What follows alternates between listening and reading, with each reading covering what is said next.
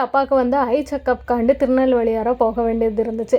அதனால் மார்னிங்கே கிளம்பியாச்சு. காலையில் வந்து ஒரு 6:30க்கெல்லாம் வந்து அங்கே இருக்கணும் அப்படின்னு சொன்னாங்க. நாங்கள் அதனால் கிளம்பி போயிட்டுருக்கும்போது பார்த்திங்கன்னா, சூரியன் வந்து உதிச்சு வர்றது பார்க்குறதுக்கு அவ்வளோ அழகாக இருந்துச்சு. வீட்டிலேருந்து மார்னிங் வந்து ஒரு 4:30 அப்போவுமே கிளம்பியாச்சு. அப்போவுமே வீட்டில் டீ எல்லாம் எதுவுமே குடிக்கல. நல்லா போகிற வழியில் நம்ம சாப்பிட்டுக்கலாம் அப்படின்னு சொல்லிட்டு தான் கிளம்பி போயிட்டுருந்தோம். அங்கே போகிற வழியில் ஒரு ஹோட்டலில் நிறுத்தினோம்.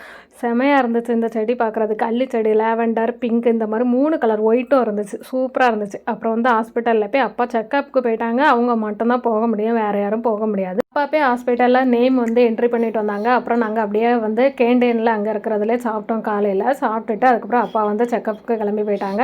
அப்புறம் நாங்கள் எல்லோரும் கொஞ்சம் நேரம் வெளியேயே இருந்தோம். ரொம்ப போர் தான் சார், ஏன்னா வெயில் வரையாக இருந்தால் அதனால பிள்ளைங்களை வச்சுட்டு அதில் வெயிலில் உட்காந்துருக்கிறதுக்கு கொஞ்சம் கஷ்டமாக தான் இருந்துச்சு. ரூமெல்லாம் அவங்க கொடுக்க மாட்டாங்க. அதனால நாங்கள் பக்கத்தில் தான் இந்த சயின்ஸ் பார்க் அப்படின்னு சொல்லிட்டு ஒன்று இருந்துச்சு. அதனால் அங்கே வந்து சாய்க்குட்டி நாங்கள் எல்லோரும் சேர்ந்து கொஞ்சம் நேரம் அங்கே போய் இருந்தோம். ஃபஸ்ட்டு நாங்கள் நெல்லையப்பர் கோயில் போகலாம் அப்படின்னு நினச்சிட்டு இருந்தோம். அப்புறம் அம்மா வந்து அப்பா ஹாஸ்பிட்டல் முடிச்சுட்டு வந்த பிறகு போகலாம் அப்படிங்கிற மாதிரி சொல்லிட்டாங்க. ஆனால் செக்கப்லாம் முடிஞ்சு வரதுக்கு எப்படியும் ஈவினிங் ஆயிரும் அப்படின்னு சொன்னனால பக்கத்தில் நாங்கள் மட்டும் போய் பார்க்கலாம் அப்படின்னு சொல்லிட்டு நாங்கள் எல்லோரும் போயிட்டோம்.